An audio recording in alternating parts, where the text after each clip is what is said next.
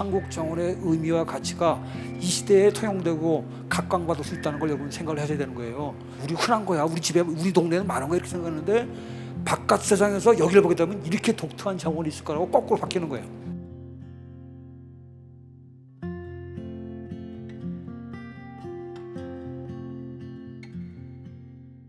꿈이 있다면 여러분 어떤 꿈이 아직 있으십니까? 잔디 깔린 마당에 있는 집에 살고 싶다. 이게 보통 사람들의 꿈 아닙니까? 전원 생활이면 더욱 좋고 그것이 안 된다면 하다못해 요만한 화단이라도 갖고 싶어.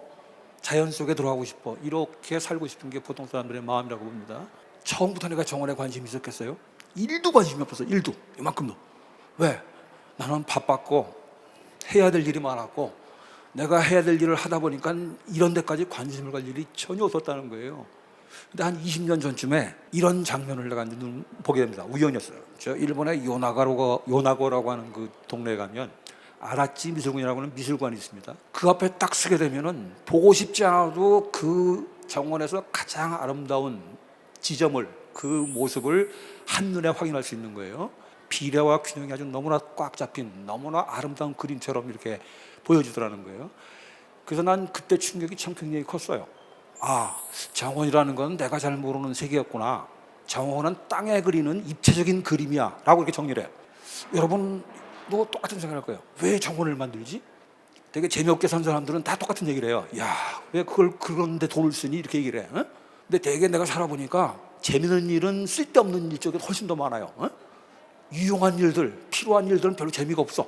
남들 하지 않는 거, 관심 안 두는 거, 이런 부분이 훨씬 더 재미있고 즐거운 내용들이 풍부하다는 거죠. 이게 마치 여러분들은 이 사진을 보는 순간에 그런 생각 안 드세요? 아, 이게 바로 낙원의 모습일지도 몰라. 이런 생각 안 드십니까? 근데 낙원이 우리 주변에 있습니까? 손만 내밀면 닿을 때 낙원이 있어요? 우리의 삶은 한마디로 낙원이 너무 멀어. 그 다음에 세상이 마음대로 돌아가지 않고 불만투성이고 이렇게 되는 거예요.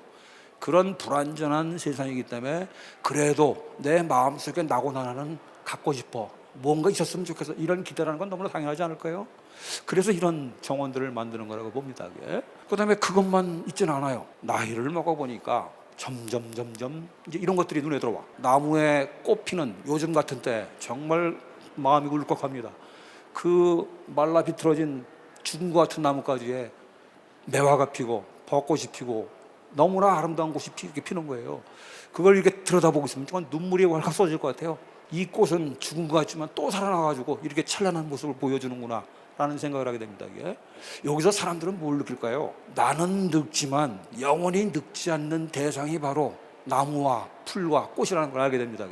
여러분이 살 날이 더 많은 사람이면 이런 관심이 없는 거예요. 이제 많은 분들이 여기에 이제 공감할 수밖에 없다고 봅니다. 그런데 이 질문은 내가 많은 분들을 만나면서 젊은 친구들한테 받은 질문이에요. 나한테 묻는 질문이 아니 우리나라에도 정원이 있어요?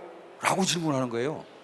한국에는 고유한 정원, 그 다음에 우리가 머릿속에 떠올리는 정원이 없다고 생각을 했을까를 찾아보니까 우리나라에서 예전부터 정원의 개념이라고 하는 거는 오른쪽에 요 단어를 썼습니다. 정원. 근데 이 뒤에째 원자는 뭐예요? 동산 원자예요.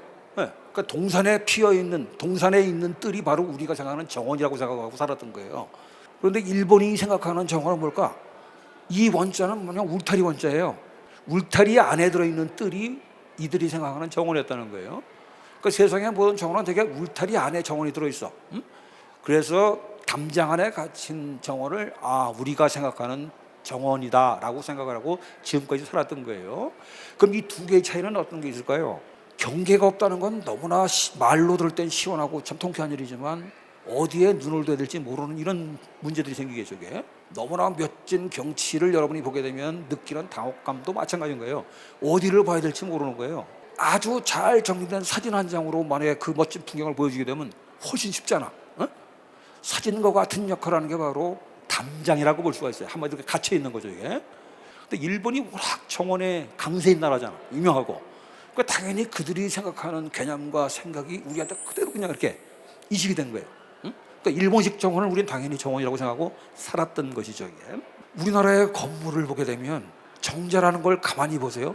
그냥 산속에 팔각 기와로 된 건물이 하나 있는데 가만히 보면 벽이 없어.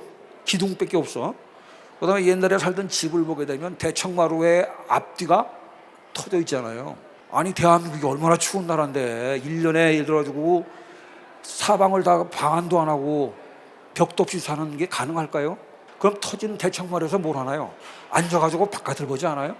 대청마루에서 바라보이는 바깥 풍경이 바로 집안의 정원이라고 할 수가 있었던 거죠, 이게. 그래서 그렇게 많은 정원 중에 벽이 없는 건물, 그 앞에 펼쳐진 풍경들을 우리는 정원이라고 생각을 하고 그 정원 개념을 지금까지 이어오고 있었던 거죠, 이게. 우리나라에 정원이 몇 개나 있는 줄 아세요?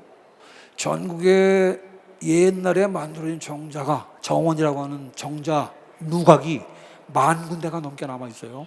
10,000개 중에 한마디로 보존이 잘 되고 문화재적 가치가 있는 것이 한 300군데 정도로 줄어들어요. 그 300개만 다니다 보면 정말 도사가 되는 거예요. 30개를 보게 되면 이건 뭐 대단한 게 있는 것 같네 이런 생각이 들어요. 한 300개를 보잖아요. 정말 다양하고 독특하고 아름다운 정원을 갖고 있는 나라구나라는 걸 우리가 알게 되는 거예요. 이 300개 정원의 그 힘은, 그 다음에 300개 정원의 그 개성은 생각보다 엄청났다가 제 생각입니다. 이게 이제 우리의 자산이에요. 아무것도 아닌 것 같지만 이 한국 정원의 의미와 가치가 이 시대에 통용되고 각광받을 수 있다는 걸 여러분 생각을 하셔야 되는 거예요. 우리 흔한 거야. 우리 집에, 우리 동네는 많은 거야 이렇게 생각하는데 바깥 세상에서 여기를 보게 되면 이렇게 독특한 정원이 있을 거라고 거꾸로 바뀌는 거예요.